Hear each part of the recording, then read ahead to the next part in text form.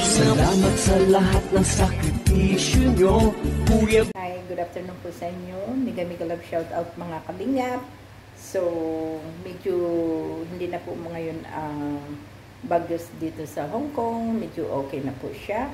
So, ngayon po ay after ng lunch ko ay nakapag-isip po ako dahil may dalawang apple po ako isusyo ko po sa inyo na gagawin ko po siyang jam para palaman kaysa yung bibili po ako ng palaman. Ito po siya. Yan po siya. Bali dalawang apple po yan. Yan. Bali dalawang apple po yan. Yan. Hiniwa-hiwa ko po siya. Tapos, ganito po siya. Yan. Yan. Ibubuil ko po yan sa kunting water with sugar na para palaman. Yan po siya. Yan. So, samahan niyo po ninyo ako na paano gawin ito. Iwa-iwain ko po muna ang lahat ng apple. Yan. So, it's like this po. Close it muna yan. Tapos, i-cut ko po yung apple po. Yan. Good siya. Yan. Susyo ko po sa inyo. Kakat ko po ngayon yung apple. Kailangan po yung maliliit po siyang hiwa. Ayan. Ayan po siya.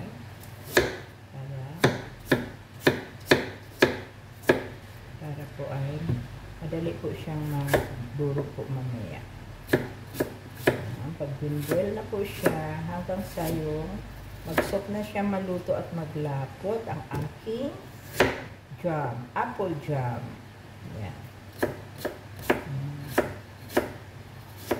Kasi minsan po ay yung tamad pong kumain ng fruits.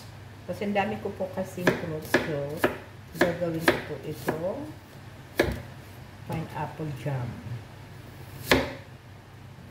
Not pineapple jam, apple jam. Apple jam po. Meron din po ako dyan pineapple. Parang gusto ko rin pong gawing jam. Yan, para po ay hindi na po kailangan akong bumili na palaman sa tinapay. Yan, nakakasawa po kasi na yung puro na lang egg, kaya ang gawin ko po ay gawin ko na lang pong jam ang aking mga prutas kasi hindi ko po maubos-ubos. So, ang gawin ko po ay gawin pong jam. Yan, naalala ko rin po lang may pineapple ako dyan, ang dami. So, gagawin ko rin po yung jam. Yan. Yan po siya. So, yan. Bali, ibubuel ko po ito.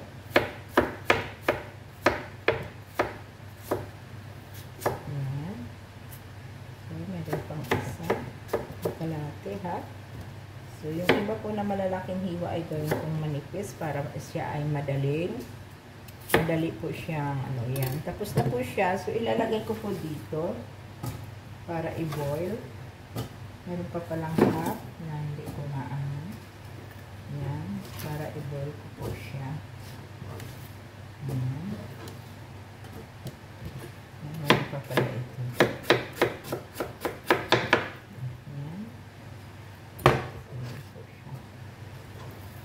Kunti lang po ang tubig na nilagay ko, mga 1 cup lang po kasi ang sugar mamaya ay magtutubig din po siya. So, yan. I-over ko po na siya ngayon. I-open ko po muna yung pan.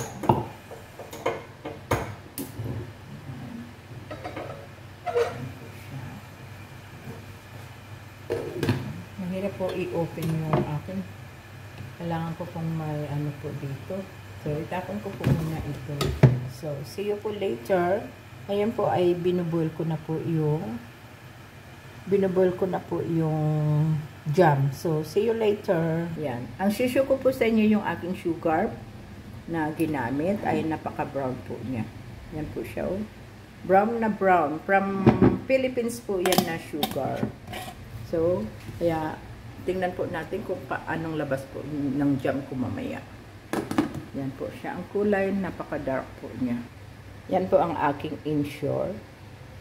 Yan, nagatas. Minsan po ay may time po ako na mag-inom sa gabi bago po matulog. Na kailangan po natin maging malakas at matibay po ang ating mga buto-buto. Yan po ang aking olive oil. Yan. Na ginagamit na oil. Yan po siya. Yan po ang aking ginagamit na oil. Yan po. After po ng ulan, ng lakas ng ulan, ngayon po ay nag-stop na po siya, pero napaka-foggy po niya. Yan, foggy po siya sobra. Yan, foggy. Halos hindi na po makita yung mga building po doon sa harap po namin. Yan, foggy. Yan po. Ngayon, ang klima po ngayon, nag-stop nga po yung ulan, pero ang foggy naman po ang sumunod. So, thank you so much po for watching. Yan. Bali, isushow ko na lang po mamaya sa inyo kung anong result po ng aking apple jam. So, see you next time. So, please don't forget po to subscribe. Kuya Bal Santos Matubang, Kalingap Rob, Adina Vlog, at sa lahat po ng mga under ng Kalingap. At ako po ay si Christy from Musilio. Thank you for watching. Bye!